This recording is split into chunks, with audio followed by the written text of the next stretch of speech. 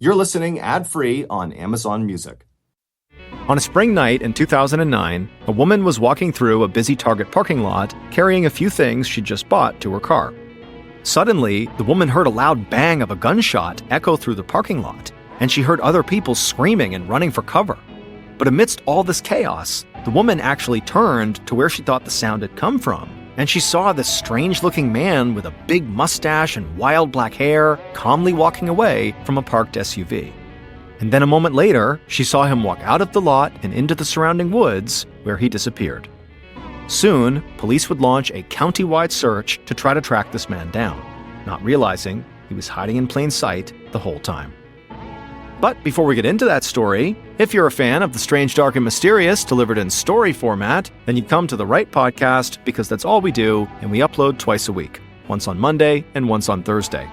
So if that's of interest to you, please invite the follow button shopping with you, and when you're inside of a very fancy store, secretly stick a magnetic alarm sticker onto their back and then leave.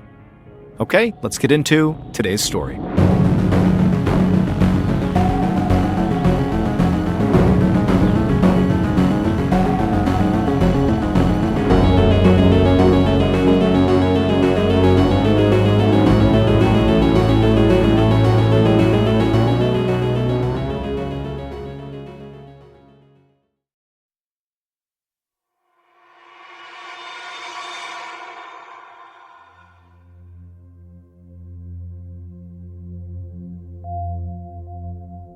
On the morning of Sunday, April 26, 2009, in a suburb of Atlanta, Georgia, a 25-year-old woman named Heather Strube sat with her boyfriend, Mike, at the kitchen table of Mike's home. Heather and Mike had been dating for a year, but somehow everything still felt fresh and new, and Heather wished she could just spend all day with Mike. But this Sunday, Heather had plans. She was going to church, then to do some chores at her house, and then she would pick up her 19-month-old son from his father. She knew, in theory, she could skip church in order to spend a little more time with Mike. But for Heather, skipping church was like missing a meal. Whenever she did it, she ended up with an empty feeling in her stomach. So, after taking her last bite, Heather stood up and dropped her dishes in the sink, kissed Mike on the forehead, told him she loved him, and walked out the door. Heather drove across town to church, went inside, sat down in a long wooden pew, and waited for the service to start. Church had always been an important part of Heather's life. In fact, she was convinced that if it wasn't for church, she never would have been born, because Heather's parents had first met and fallen in love at a Presbyterian church camp. That was why, when Heather was a teenager, it had felt like fate when she went to youth group and fell in love with a young classmate named Stephen Strube. Heather and Stephen had connected right away. They dated for several years and always talked about their future together. And then in May of 2004, they got married. At first, life had been good for the young couple. Heather and her parents opened a flower shop, and Heather worked there every day. She had always loved flowers, and being around them just made her happy. And the flower shop was a true family business. Stephen would often come by to help out at the shop, and his mother, Joanna, she would even pitch in when things got really busy. And in September of 2007, the family grew when Heather and Stephen had a baby boy. They named him Carson, and Heather felt like God had truly blessed her and her family. But now, sitting in church, Heather did not feel so blessed anymore. She was vaguely aware that the preacher had started the service, but she was barely listening. She was only thinking about Carson. Heather had not seen her son all weekend, and she hated the days when she wasn't with him. And she blamed her now soon-to-be ex-husband, Stephen, for keeping them apart. Heather and Stephen's happy life had fallen apart just months after Carson was born. One day at the flower shop, Stephen's mom, Joanna, had come across a receipt for some jewelry that Stephen had bought. Joanna figured the jewelry had been a gift for Heather, and she thought Heather might want the receipt to keep track of the family finances. But when Heather looked at the receipt, she'd been really confused. She didn't recognize the jewelry that was listed on the receipt. Stephen had never given her anything like that. And that's when she realized Stephen must be cheating on her, and he had bought this jewelry for some other woman. And when she confronted him about it, Stephen admitted to everything. Heather had at least wanted to try to make the marriage work, but Stephen told her he had a new girlfriend and he wanted a divorce. Now, in church, Heather realized the preacher was finishing up his sermon, and she saw everyone standing up around her. She felt bad for not having paid much attention, so she stood up and smiled and spent an extra few minutes talking to other members of the congregation. And after the service was over, as Heather walked to her car, she told herself not to dwell on all the negative things in her life. Even though her marriage had fallen apart, God still provided for her. She had a great new boyfriend, she was part of a church filled with people who loved and cared about her, and she had a beautiful little boy.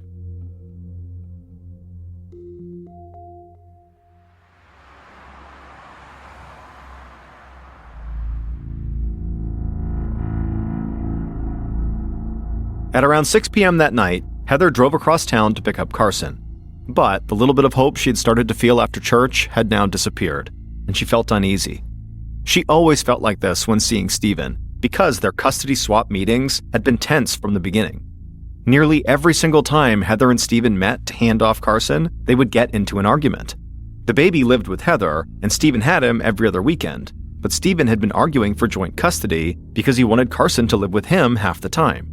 The fights between the parents had gotten so bad at one point that Heather had insisted on doing the custody swaps in the parking lot of a busy shopping center.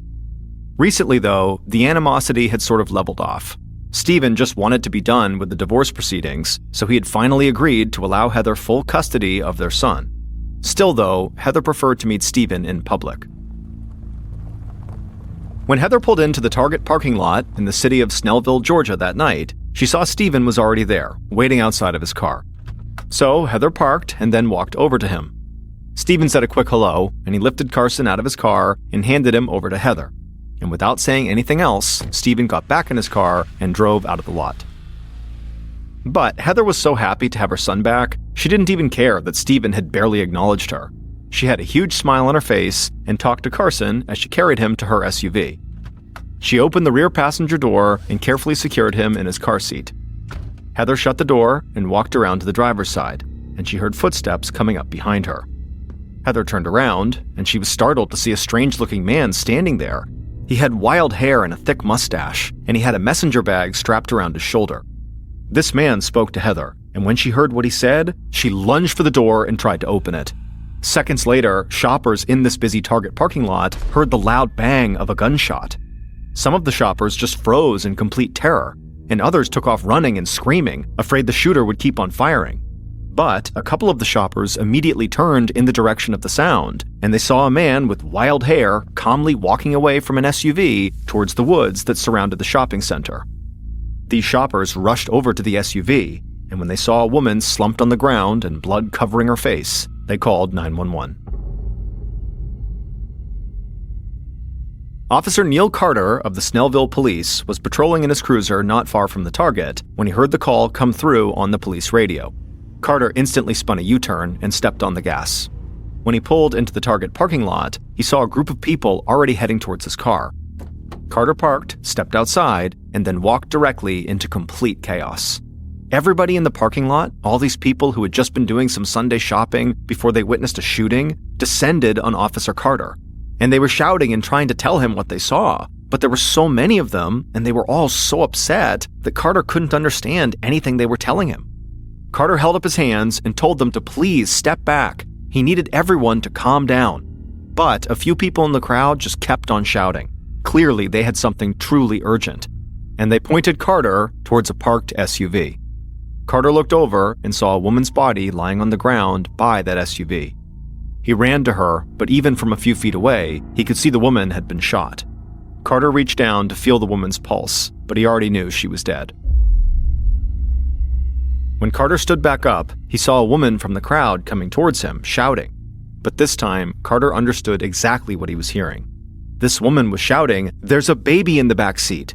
Carter felt his heartbeat spike. He turned around and peered through the window, bracing himself for the sight of an injured child. Instead, to his relief, he saw a little boy, maybe a year and a half old, staring back at him with wide eyes. The little boy looked scared, but he was unharmed. Carter opened the door of the SUV, lifted up the boy, still in the car seat, and carried him to his police cruiser, setting him down in the back.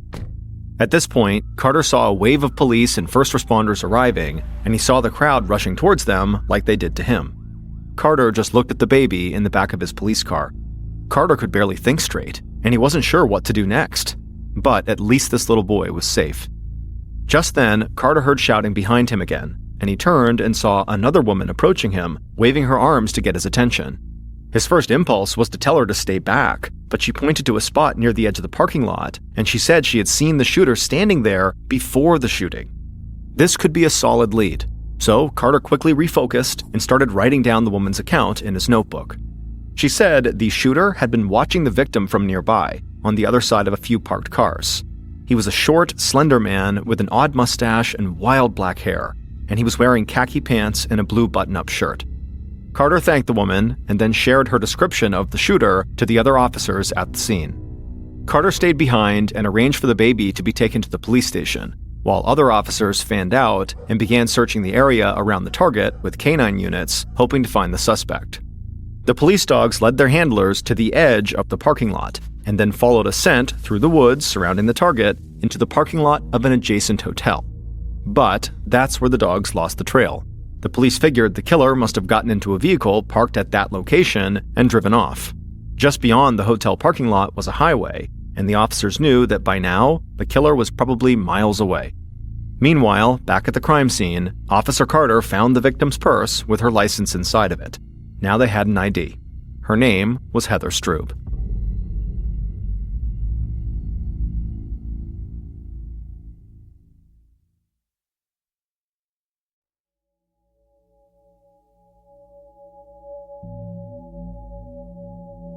Soon after Officer Carter identified Heather, Lieutenant Trey Downs of the Snellville Police Department arrived at the target parking lot.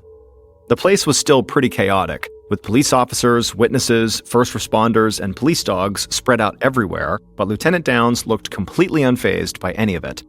He quickly met with Officer Carter to get an update and also a description of the shooter. Then he walked right towards the target.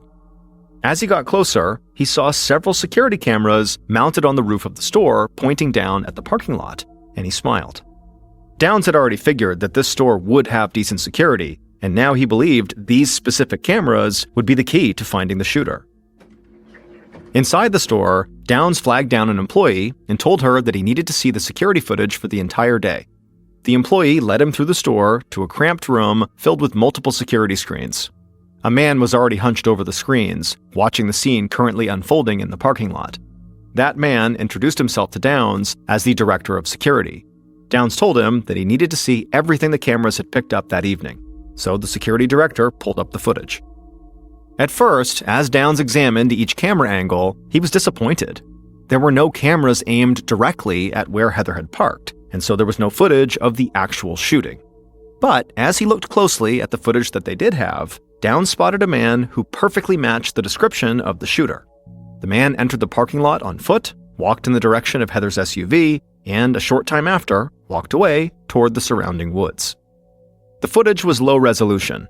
Downs asked if he could have the footage so he could send it off to the crime lab for possible enhancement. But the security director surprised him by saying that Target actually had its own forensics lab that was so good, Target had actually closed cases that even the FBI couldn't solve. The security director promised he'd get the footage out first thing in the morning and get the process started. Downs said that would be a huge help, and he headed out of the store. The sun was setting, and the parking lot looked calm and empty compared to how it had been when Downs first arrived. He saw crime scene investigators packing up their equipment for the night. One of them had called him over to tell him that Heather had been shot with a .38 caliber revolver, but the weapon itself had not been found at the scene, and neither had any clear fingerprints. This was not the news Downs was hoping for. So far, he had a good physical description of the suspect and some blurry video, but not much else. But he figured he did have at least one other thing to go on. This shooting did not appear to be a random attack. Downs believed Heather had been targeted.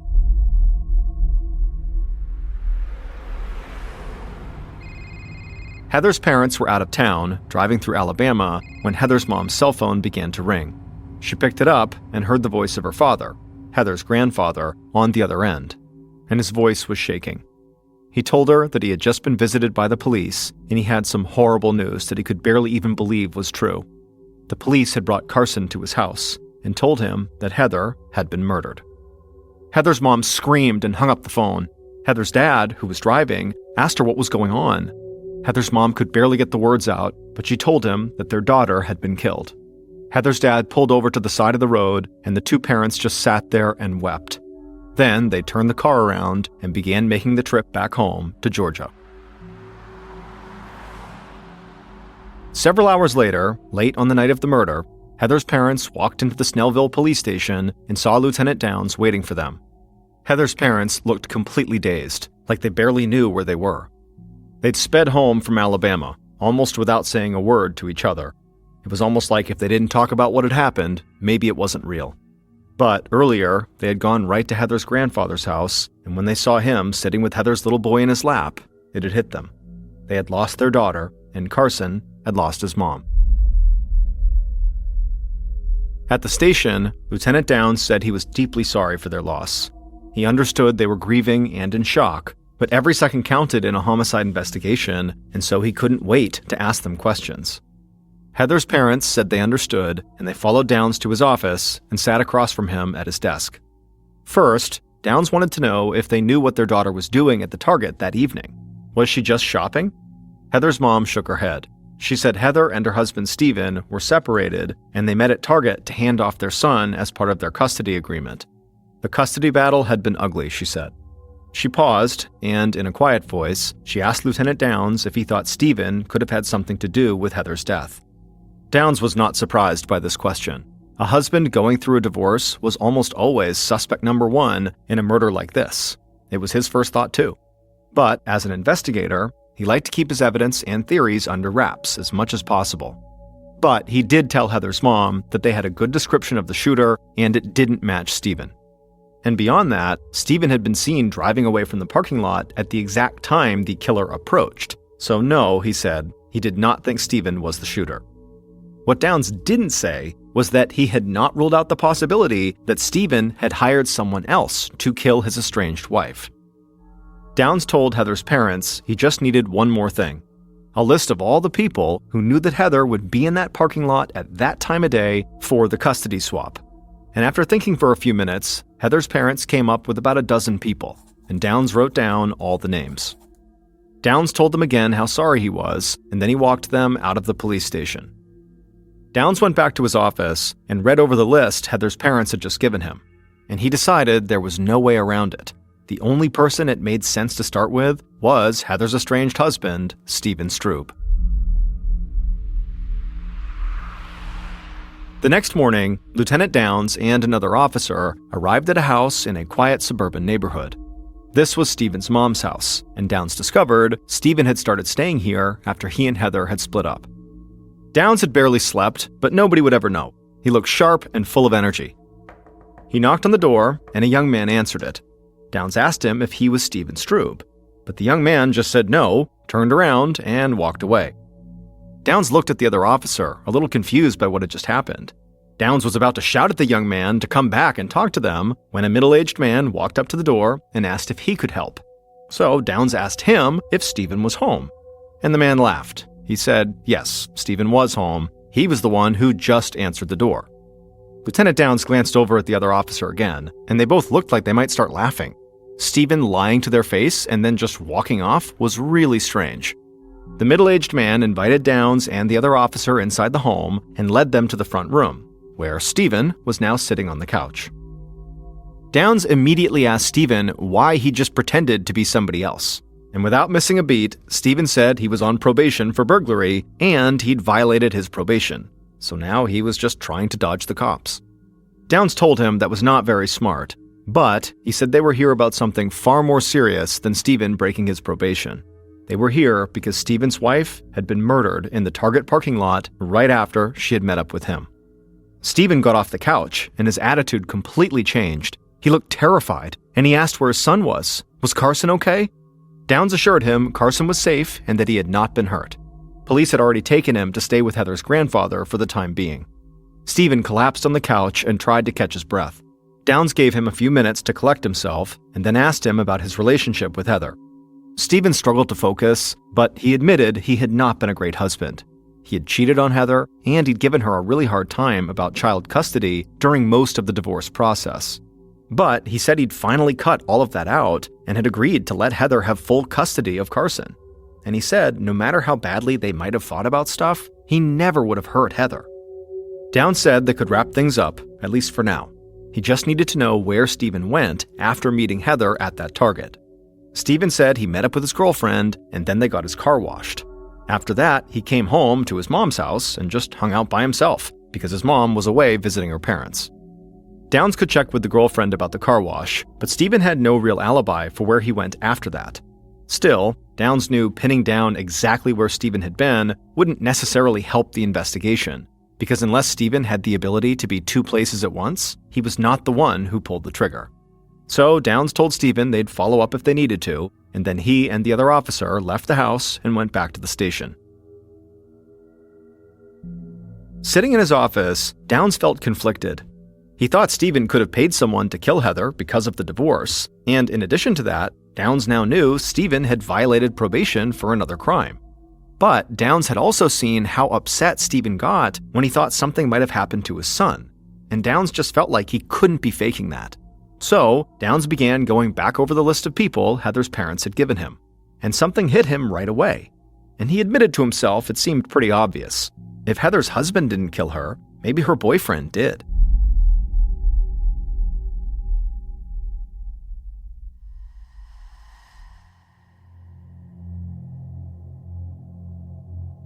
Later that day, an officer led Heather's boyfriend, Mike Vickers, into an interview room at the station, where Lieutenant Downs was waiting.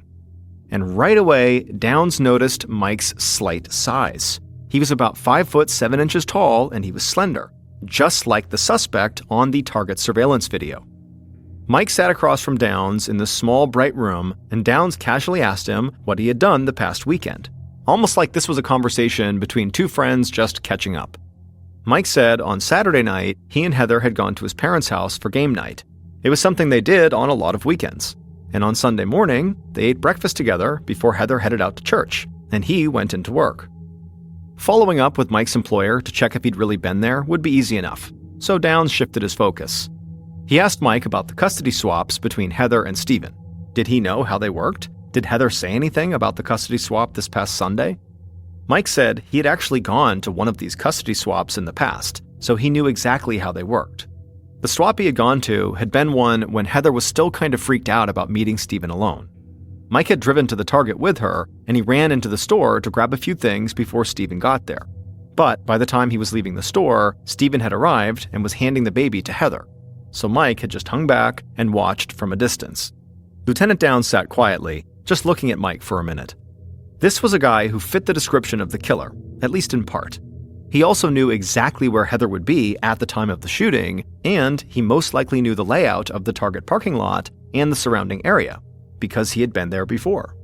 So, Downs asked Mike if there had been any problems or tension lately between him and Heather. But Mike said he loved Heather, and that their relationship was awesome.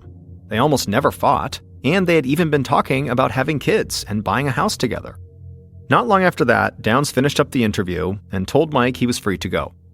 On the surface, Mike had seemed to be telling the truth about his and Heather's relationship, but that definitely wasn't enough for Downs to eliminate him as a suspect.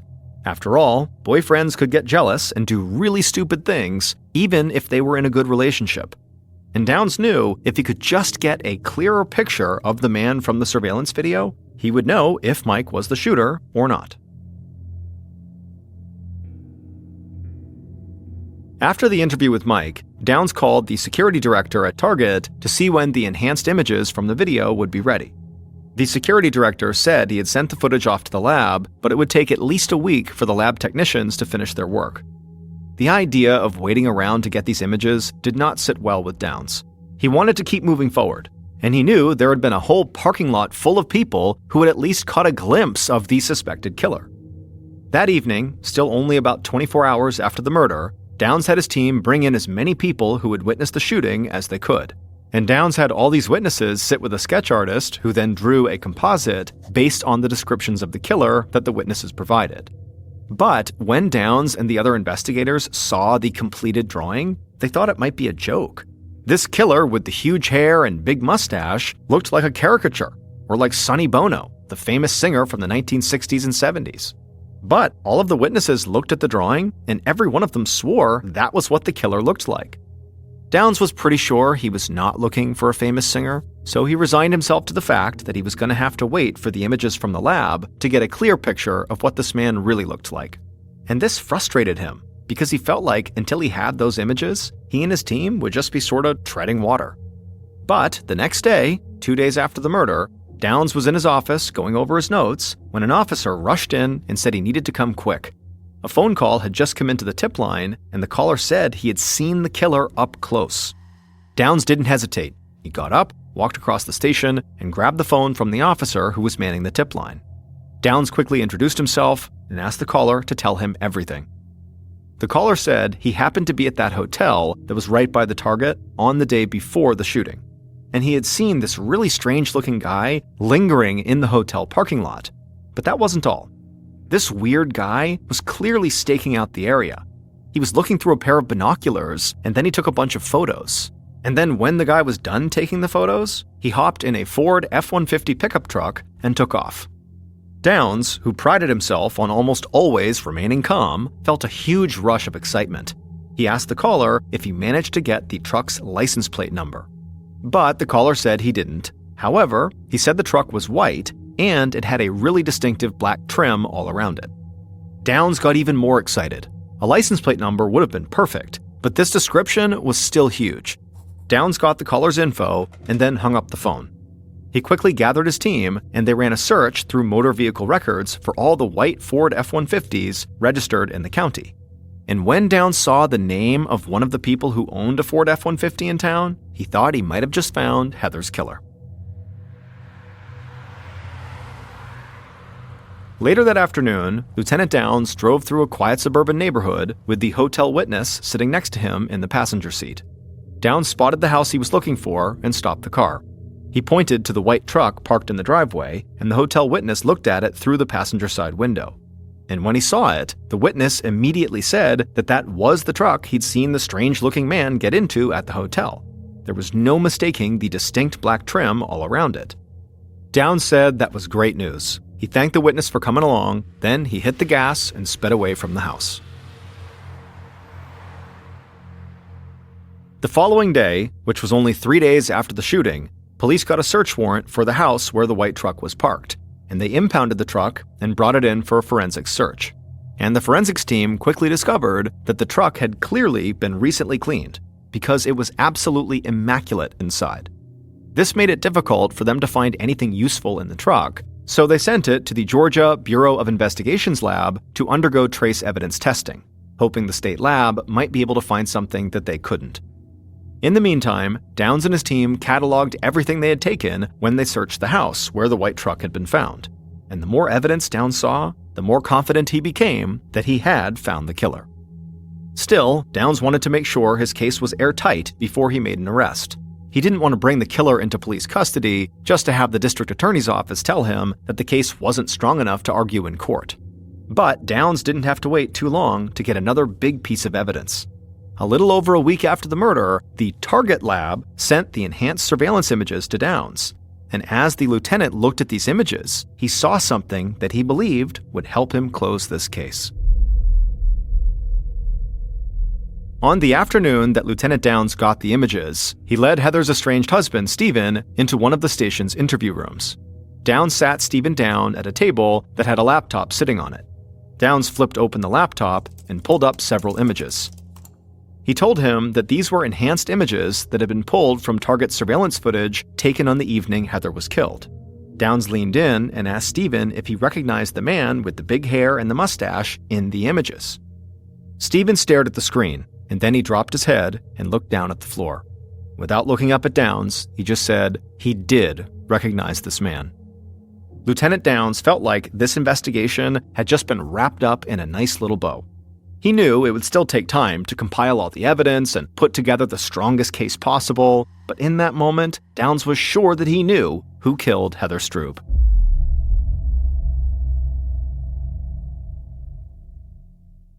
Based on the parking lot surveillance images, suspect and witness interviews, and evidence collected throughout the investigation, the following is a reconstruction of what police believe happened to Heather on the evening of April 26, 2009.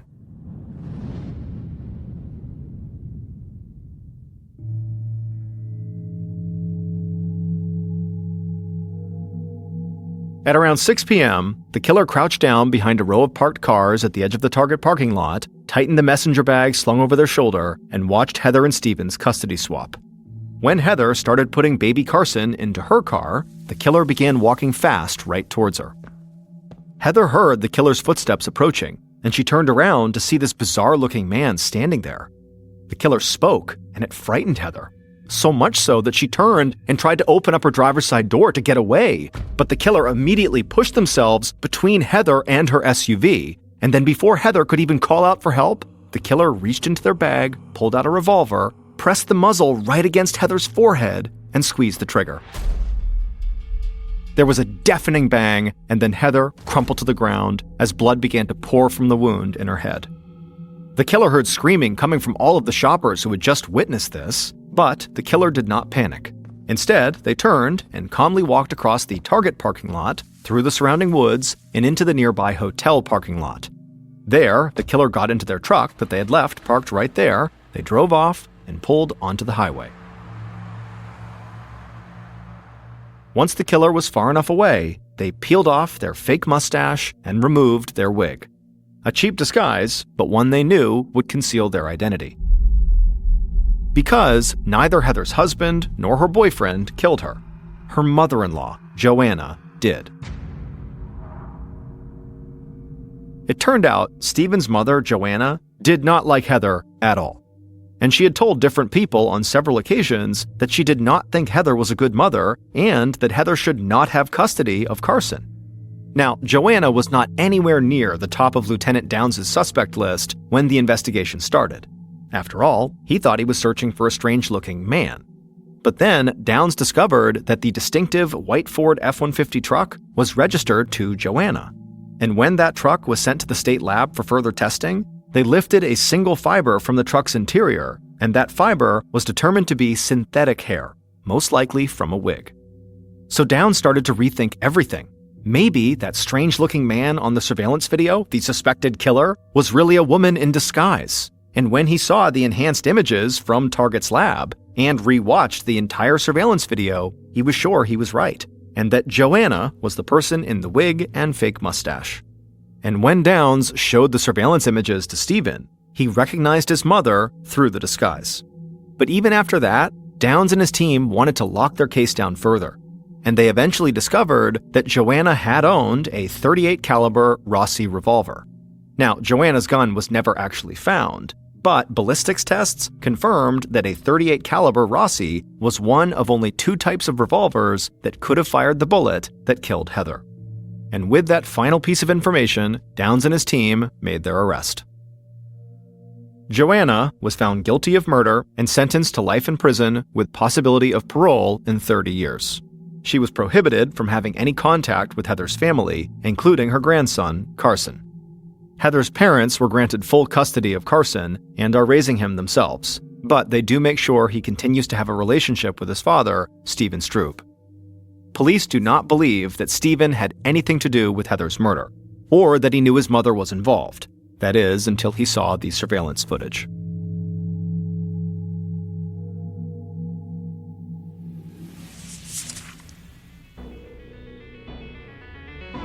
Thank you for listening to the MrBallen podcast. If you like today's story and you're looking for more strange, dark, and mysterious content, be sure to check out all our studio's podcasts. They are this one, the MrBallen podcast. We also have MrBallen's Medical Mysteries, Bedtime Stories, Wartime Stories, and also Runful. To find those other podcasts, all you have to do is search for Ballen Studios wherever you listen to your podcasts. To watch hundreds more stories, just like the one you heard today, head over to our YouTube channel, which is just called MrBallen. So that's going to do it. I really appreciate your support. Until next time, see ya.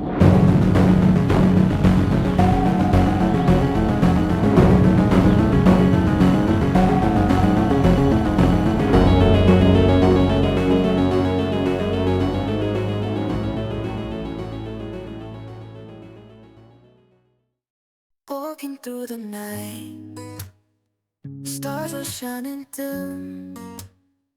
Past was full of fights, dreams were growing thin. Shadows tried to stay, clouds were dark and gray.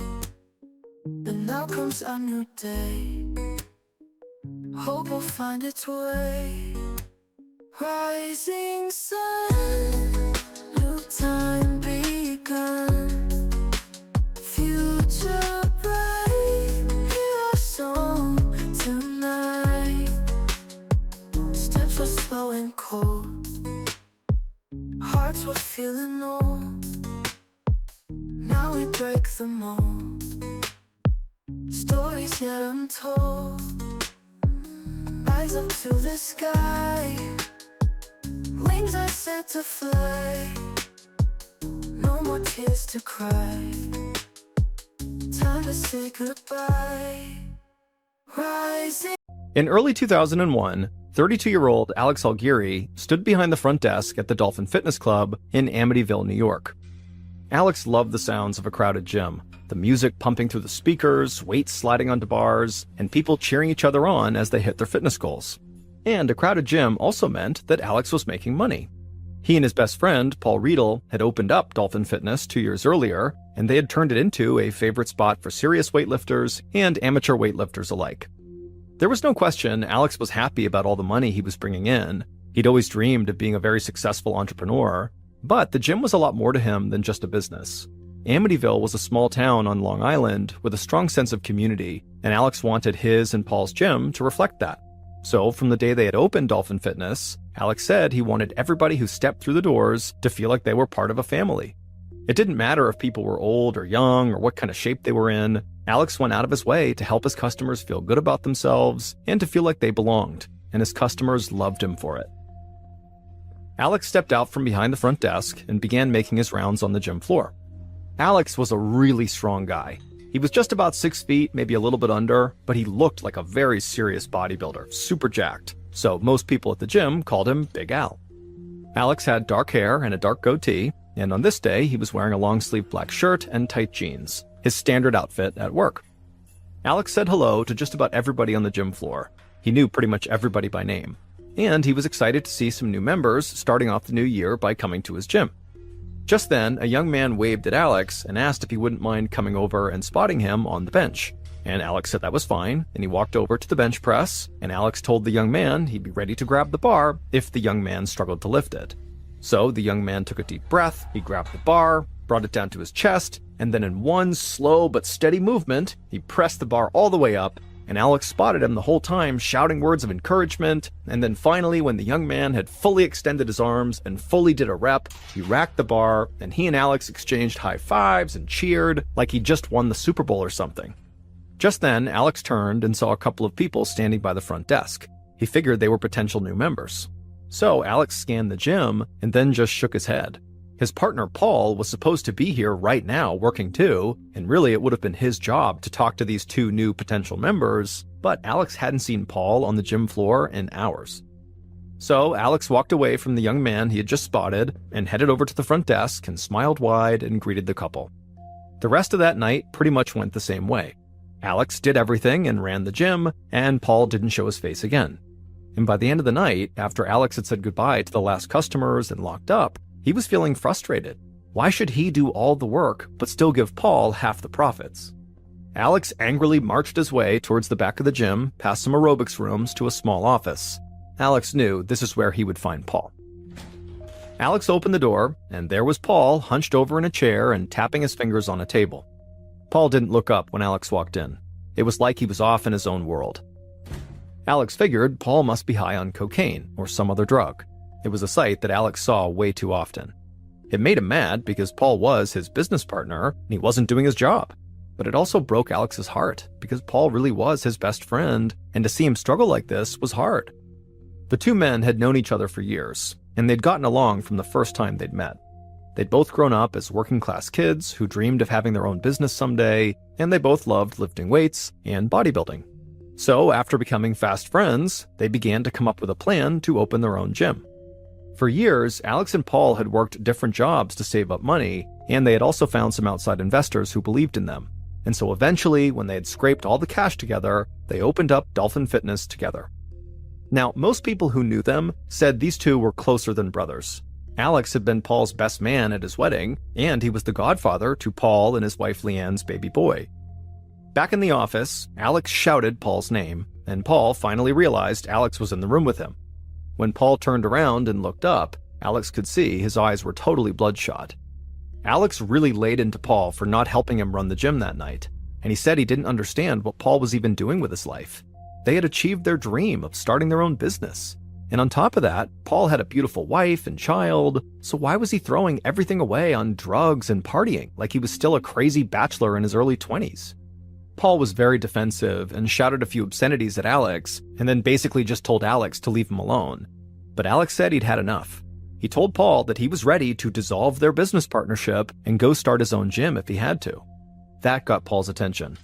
He stood up and walked right towards Alex. And Alex was a big guy, but Paul was like a giant. Paul was 6'7" tall with a massive chest and huge arms. And Paul just started screaming, and Alex screamed right back. But Alex knew Paul was not someone to mess with when he was high and also angry. So pretty quickly, Alex just said he was done talking for the night, and he walked out of the office. From the hallway, Alex heard Paul scream at the top of his lungs, and then he heard the sound of an office chair go flying into the wall. Alex angrily clenched his jaw, picked up his pace, and grabbed his coat from behind the front desk. Then he headed out the back door of the gym to the parking lot, he climbed into his black Yukon SUV, and took off. And as he drove, he figured Paul was still probably screaming and throwing more furniture. The following day at the gym, Paul apologized to Alex. Alex was used to this. His friend would do drugs, he would lash out, say stupid things, and then feel bad about it the next day and say he was sorry.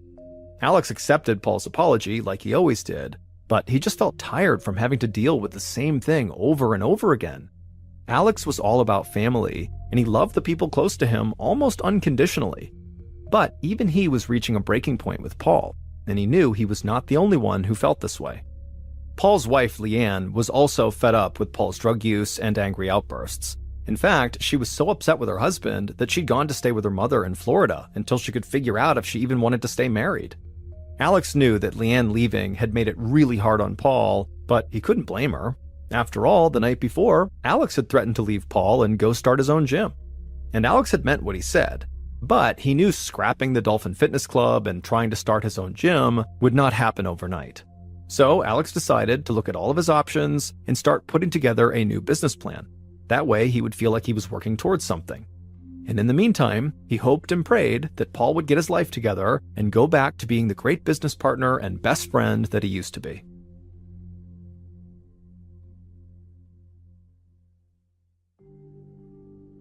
A couple of weeks later, on the night of January 17th, 2001, Alex was back behind the front desk at the gym.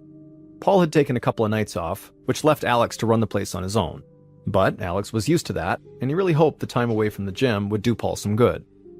Alex made his usual rounds on the gym floor, talking to customers and encouraging the weightlifters, and then at some point he heard a woman who was over on the exercise machines shout "Big Al" over the music.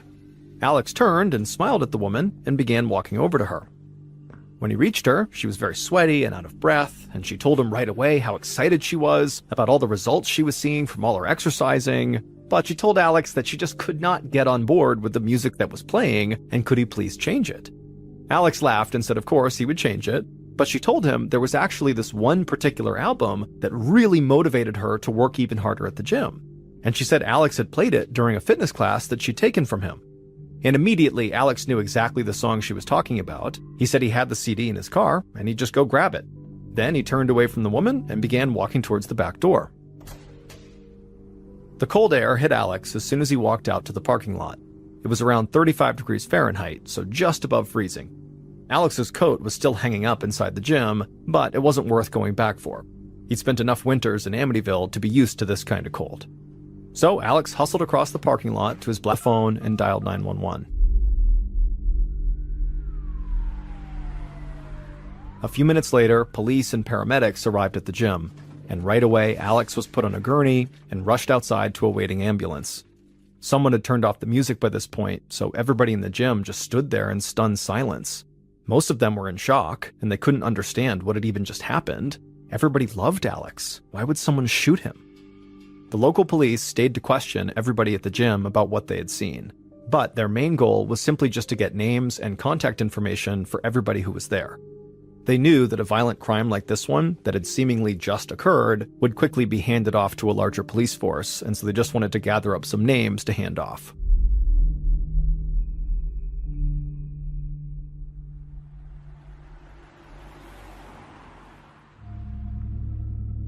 A couple of hours later, Detective Robert Anderson of the Suffolk County Police Department stepped out of his car in front of the hospital.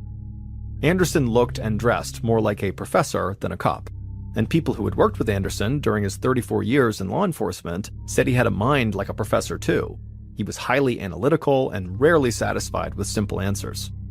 Detective Anderson had gotten word that Alex Algieri had been shot outside of the gym that he owned, and Alex had been declared dead soon after being rushed to the hospital. From the minute Anderson was told he would be leading a homicide investigation in Amityville, he knew there would be a ton of pressure on him to solve the case fast, because Amityville was not your typical town. Amityville, for decades, had been associated with murder and dark forces. Almost 30 years earlier, in 1974, an Amityville man named Ronald DeFeo Jr. had killed his mother, father, 2 brothers, and 2 sisters in their home. The media attention from the mass murder was bad enough for the small, quiet town, but things had only gotten stranger for Amityville after that. The family that wound up moving into the DeFeo house where those murders happened claimed they were terrorized by a demon or some other supernatural entity in the house. This claim eventually drew the attention of very famous paranormal investigators Ed and Lorraine Warren, who came out and did their own investigation, and the story of this demon or entity in the home also was eventually turned into a book called The Amityville Horror. And that book has since been spun off into movies and TV shows. I mean, Amityville really became synonymous with evil. And so Detective Anderson knew that Amityville community leaders had worked really hard over the years to kind of correct their image. They didn't want to be known as this violent or cursed town.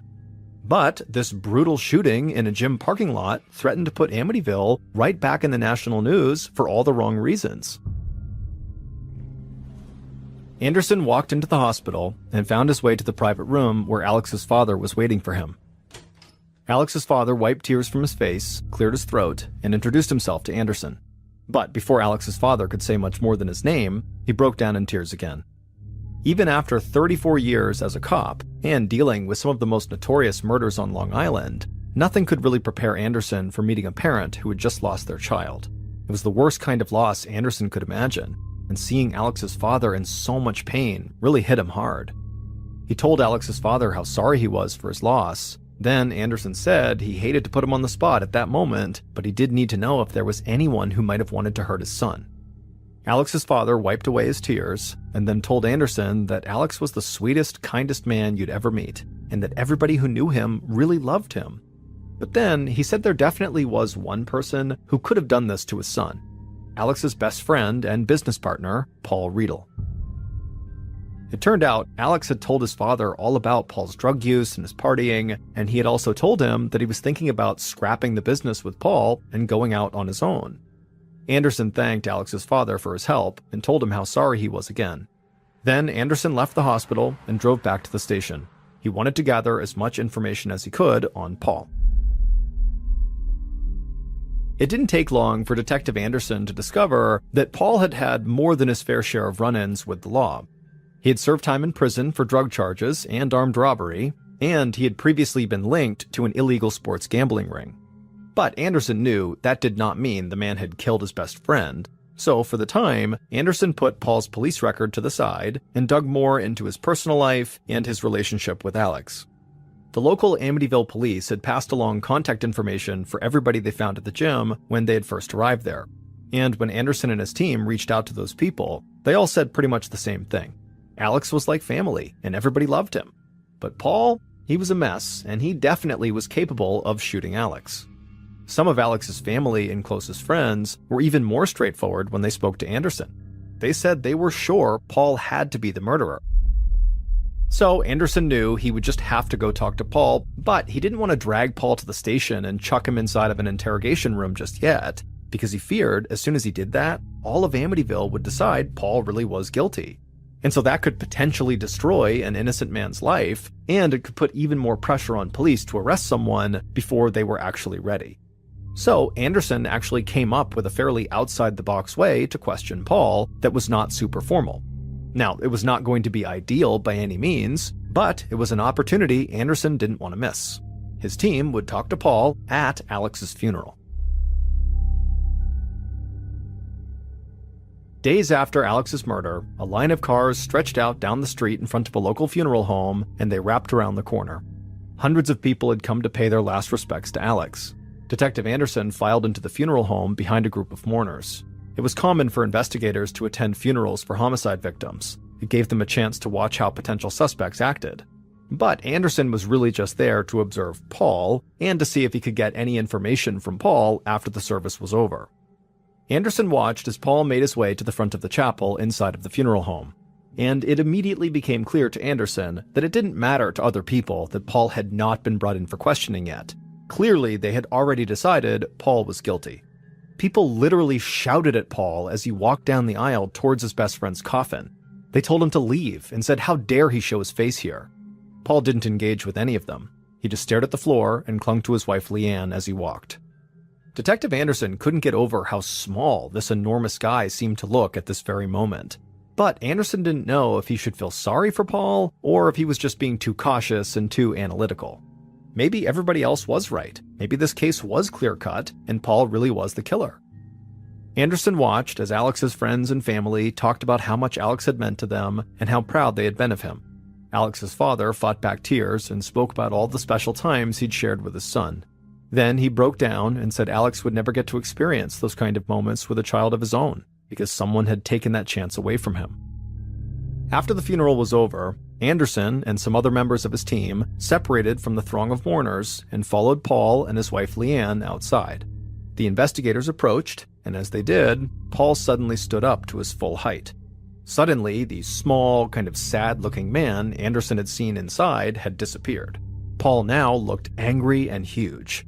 Clearly, he did not like the fact that police were bothering him at his best friend's funeral. Anderson assured Paul they were only trying to get some basic information. So Paul just said he loved Alex, he would never hurt him, and on the night of the murder, he said he was with friends in another town. For a minute, Anderson figured his big plan to try to question Paul at this funeral was going to turn into a total bust. But right as he was about to give up on this approach, something suddenly stood out to him. Paul's wife, Leanne, was standing next to her husband doing her part as a very supportive spouse. But Anderson had briefly spoken to Leanne in the days following the murder, so he knew that she and Paul had serious problems in their marriage and that she had even gone to Florida to get away from Paul. And so now Anderson wanted to know if she had had like a big change of heart about her husband, which is why she was now being so supportive, or if she was acting supportive out of fear. If Paul had really killed Alex and Leanne knew about it, was she just afraid she'd be next if she didn't support him?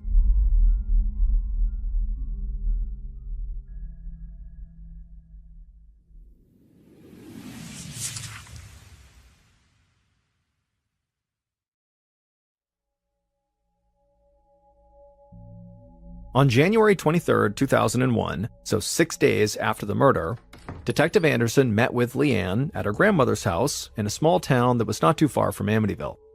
Leanne was short and thin with long brown hair, and she sounded like a native New Yorker. She led Anderson into a warm, rustic-looking kitchen, and they sat down at the table. Anderson didn't want Leanne to feel like she was being interrogated, so when he spoke to her like they were just two friends catching up. Anderson asked Leanne about the funeral and how she felt when she was there, and very quickly she made it clear that she had not gone there out of fear or anything like that. She had been there because she loved her friend Alex, and she wanted to support her husband Paul. She said that despite their marital issues, they really had been working hard on their marriage. But Anderson wasn't convinced, and so he pressed Leanne a bit, and he asked what had happened that made her leave New York and go to Florida in the first place. Leanne said she'd left because Paul was partying and doing drugs, and she felt like that was a terrible environment for her kid. But Leanne was clear that she did not believe Paul would ever kill his friend Alex. Sure, the two men fought sometimes, but they were like brothers, and brothers fight. She knew Paul loved Alex. Anderson said he understood, and then he asked her if there was anything else she could think of that might help with the investigation. Leanne shifted in her chair and then looked around the room like she was trying to make sure nobody else was listening. Then she leaned closer to Anderson, and in a quiet voice, she told him there was something going on that he needed to know about. Paul had gotten into trouble with the mob, and he had actually received a rat card in the mail. Anderson hid his surprise pretty well, but this was news to him. He knew Paul had a police record and that he'd been linked to some low-level criminals who might have loose ties to the mob, but receiving a rat card meant that members of the mob believed Paul had sold them out to the police, an unforgivable offense in the world of organized crime. Then Leanne told Anderson that things had actually gotten even worse after that. At a big party a year earlier, Paul had gotten into this big public argument with a man who wound up being a captain in the Gambino organized crime family. At the time, the Gambinos were one of the most powerful mafia organizations in New York City. Leanne said Paul never told her what the argument was about, but she was pretty sure he owed a lot of money to some very powerful people. Detective Anderson listened quietly, and he still didn't show anything on his face, but he knew this case might have just taken a major turn.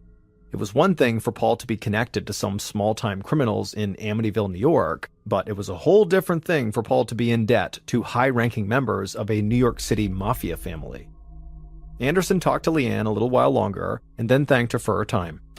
He headed out to his car and drove back to Amityville. In the course of only a few hours, Anderson had been forced to take a completely different view on this case. He still considered Paul a suspect, but now Anderson had a totally new theory as to what could have happened. He thought maybe the mafia had put out a hit on Alex, so Paul's best friend, as a way to warn Paul, "Pay us the money you owe us, or you'll be next." In February of 2001, so about a month after Alex's murder, Detective Anderson got word that Paul and Leanne had reconciled and repaired their marriage. But there was more to the story than that. Paul had moved with Leanne and their kid down to Florida, and members of Alex's family and a lot of other people in Amityville were up in arms about it. Many people in the community had never stopped believing that Paul killed Alex, and now they thought Paul had left the state to run away from the crime he had committed. The pressure on Anderson to arrest Paul continued to grow, and some people questioned whether Anderson was even doing his job. But Anderson understood their frustration. He also wanted to bring Alex's killer to justice. But he wasn't just going to cave in and arrest Paul because he actually didn't have any concrete evidence against Paul. Anderson's team had confirmed Paul's alibi for the night of the murder, and they'd combed over the crime scene at the gym multiple times, and nothing they found directly linked Paul to Alex's murder. On top of that, Anderson was following up on leads that connected Paul to the mafia. He was supposedly in debt to dangerous men, he had had that public fight with a member of the Gambino family, and Alex's murder did seem to look like it could have been a mob-style hit. So Anderson remained focused and calm, and he kept pursuing all of the possible leads in the case. He also told his team not to be swayed by public opinion. Just because others had already made up their minds about what had happened did not mean they needed to do that too. But over the next month, Anderson hit one dead end after another. He couldn't discover any definitive links between Paul and the Gambino family or any other high-ranking members in the mafia. Then, in April, so 3 months after Alex's murder, Anderson found out that Leanne was pregnant. And this news sparked another round of anger from the Amityville community and threatened to make Anderson's job even harder than it already was. People were outraged that Paul was allowed to carry on with his life and watch his family grow after he had robbed his best friend Alex of a chance to start his own family. Anderson continued to sympathize with the people who were frustrated with him. He knew they just wanted answers. So Anderson kept working every angle of the case he could think of, but he felt like he was running out of time. He needed a break in the case to help appease his loudest critics and to at least give Alex's family some hope that justice would be served. On November 11, 2001, so almost 10 months after Alex's murder, a detective from the New York City Police Department sat across a table from a guy in custody and listened to him rambling about how he could help the police. The NYPD detective almost found the whole thing kind of amusing.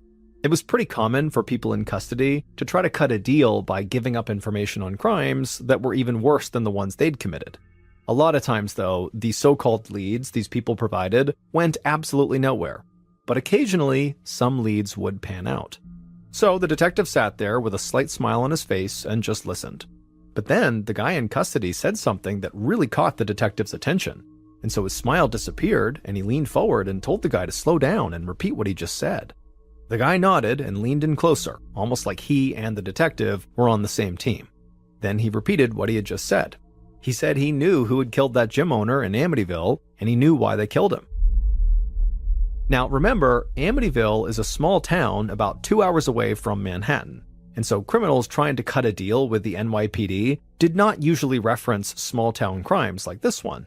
So the detective sensed this could actually be legitimate. So he got all the details he could from this guy in custody about Alex Aguirre's murder. Then the detective walked out of the room, went to his desk, and made a phone call. A second later, an officer with the Suffolk County Police told Detective Anderson there was a call for him from an NYPD detective. The officer said that this detective was calling with information about the Alex Aguirre case, and it could potentially break the case wide open. Anderson walked to his desk, and as he did, he felt a rush of adrenaline. This was the first time in months that he actually might have a possible new lead. On the phone, the NYPD detective told Anderson about the conversation he'd just had with the guy in custody.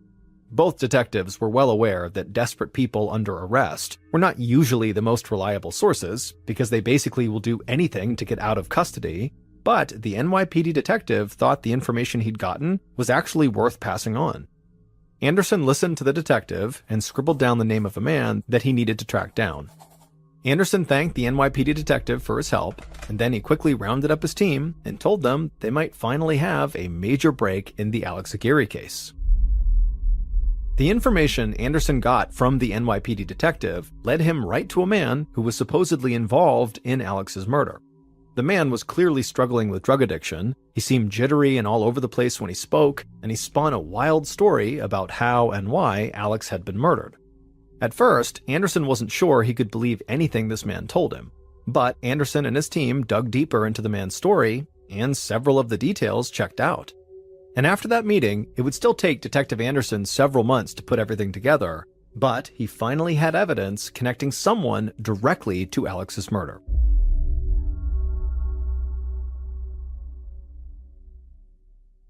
Based on interviews conducted throughout the investigation and evidence found at the scene, here is a reconstruction of what police believe happened on the night of January 17, 2001, when somebody murdered Alex outside of his gym.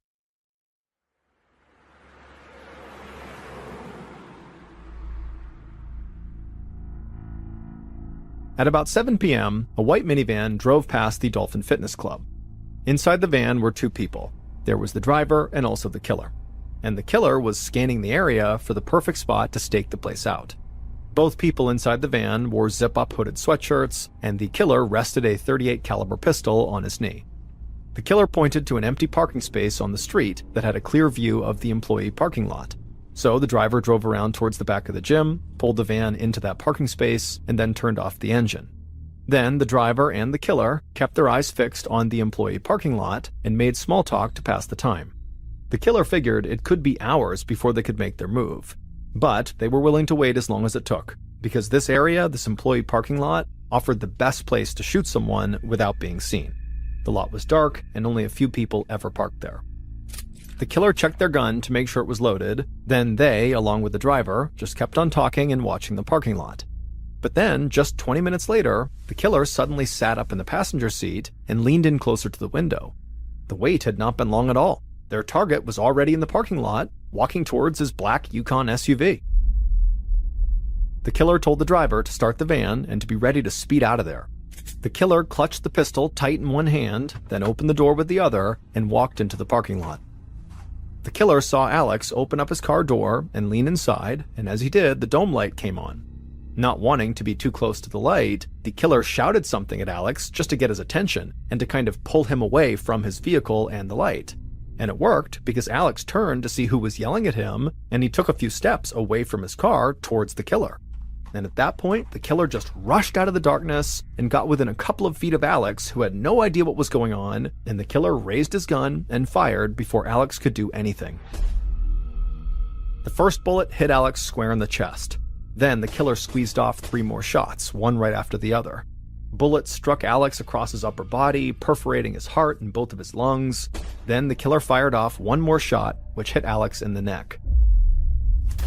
Alex fell to the ground, covered in blood. At this point, the killer turned and ran back to the white van. The killer never saw Alex pulling himself up and staggering back towards the gym. As soon as the killer was back inside the van, they slammed the door shut and yelled for the driver to go. So the driver whipped out of the parking space and sped down the street. A few minutes later, the driver heard ambulance and police sirens on the other side of the road, so they eased off the gas. They didn't want to draw attention to the van. When they were a few miles away from the gym, the killer spotted a creek just off the side of the road. So they rolled down their window and hurled the gun into the water. Then they told the driver to floor it, and the van sped down the road again. Not long after that, the driver pulled onto the highway, and the van headed south, far away from The following night, the killer and the driver sat in the killer's living room reading an online story about the murder. The shooting outside the gym had made the national news, but the killer and driver read the story more than once because they could not believe what they were seeing. Then the front door opened, and before the killer could even say anything, a woman barged in and shouted at him at the top of her lungs, "You stupid bastard, you killed the wrong guy!" It would turn out Leanne Riedel, Paul's wife, had set up the hit outside of the gym. But Alex was never the intended target. Leanne had wanted her husband, Paul, dead. And the killer, a man named Rocco Salerno, had been more than happy to oblige, because it turned out that Leanne and Rocco had been having an affair since Leanne had left New York and went to stay with her mother in Florida. Leanne and Rocco had fallen in love and wanted to start their lives together, but Paul was in the way. To make things worse, Paul had already filed with a court in New York to begin divorce proceedings. And if Paul and Leanne got divorced, well, New York law would require Leanne to come back to the state and live within 50 miles of Paul so he could see his son. But Leanne didn't want to leave Florida and Rocco, so she and Rocco hatched a plan to murder Paul. Rocco paid a guy he knew $3,000 to drive him to New York, scope out the gym with him, and serve as his getaway driver after the shooting took place. So, on the night of the murder, Rocco and this driver are sitting there and they see this huge guy walk into the parking lot, and he goes to his black Yukon, and Rocco thought this was his target, because Paul was also a big guy who happened to own the same make and model of black Yukon that his best friend Alex owned. So Rocco rushed out of the van and gunned down Alex in cold blood, not realizing he had shot the wrong person. When Leanne discovered what had happened, she came up with a way to try to fix things. She reconciled with Paul so he wouldn't divorce her and make her move back to New York. Then she convinced Paul to move to Florida because so many people in Amityville, including his friends, were treating him like a murderer. And then once they were back in Florida, Leanne just continued her affair with Rocco. And her plan was to divorce Paul after both of them had become Florida residents, because that way she would not be forced to leave the state. And all of this came to light after the guy in custody with the NYPD told police he had information about Alex's murder. It turned out the guy in custody actually happened to know the driver of the white minivan, and so this guy in custody had actually heard all the details of everything that had happened during the murder. So Detective Anderson tracked the driver down, and he discovered that the driver was struggling with a drug problem, and the driver said that's why he had accepted the $3,000 to drive Rocco to and from the gym in Amityville, and the driver quickly cut a plea deal, and he would give authorities everything they needed to bring Rocco in. But even with Rocco in custody, Leanne denied having anything to do with the murder. She said she had always loved Paul and that they had even had a second child together. Leanne also tried to act like she barely knew Rocco. But soon it became clear that the child that Leanne had recently given birth to was not her husband Paul's, it was Rocco's child. And at that point, all of Leanne's denials about her role in this murder quickly fell apart. The actual killer, Rocco Salerno, was convicted of conspiracy and first-degree murder and was sentenced to life in prison without parole. As for Leanne, she was convicted of Florida residence, because that way she would not be forced to leave the state. And all of this came to light after the guy in custody with the NYPD told police he had information about Alex's murder. It turned out the guy in custody actually happened to know the driver of the white minivan, and so this guy in custody had actually heard all the details of everything that had happened during the murder. So Detective Anderson tracked the driver down, and he discovered that the driver was struggling with a drug problem, and the driver said that's why he had accepted the $3,000 to drive Rocco to and from the gym in Amityville, and the driver quickly cut a plea deal, and he would give authorities everything they needed to bring Rocco in. But even with Rocco in custody, Leanne denied having anything to do with the murder. She said she had always loved Paul and that they had even had a second child together. Leanne also tried to act like she barely knew Rocco. But soon it became clear that the child that Leanne had recently given birth to was not her husband Paul's, it was Rocco's child. and at that point, all of Leanne's denials about her role in this murder quickly fell apart. The actual killer, Rocco Salerno, was convicted of conspiracy and first-degree murder and was sentenced to life in prison without parole. As for Leanne, she was convicted of conspiracy and first-degree murder as well, and was sentenced to 25 years to life in prison. She continued to maintain her innocence and appealed her conviction, but the appeal was denied. Alex's best friend Paul might have had some demons, but he had nothing to do with his friend's murder. Paul was granted custody of his and Leanne's child, and with his child, he returned to Amityville. He ended up renaming the gym Big Al's Family Fitness in honor of his fallen friend, and Paul has said that he strives to live his life and run his business with the type of integrity and kindness that would make Alex proud.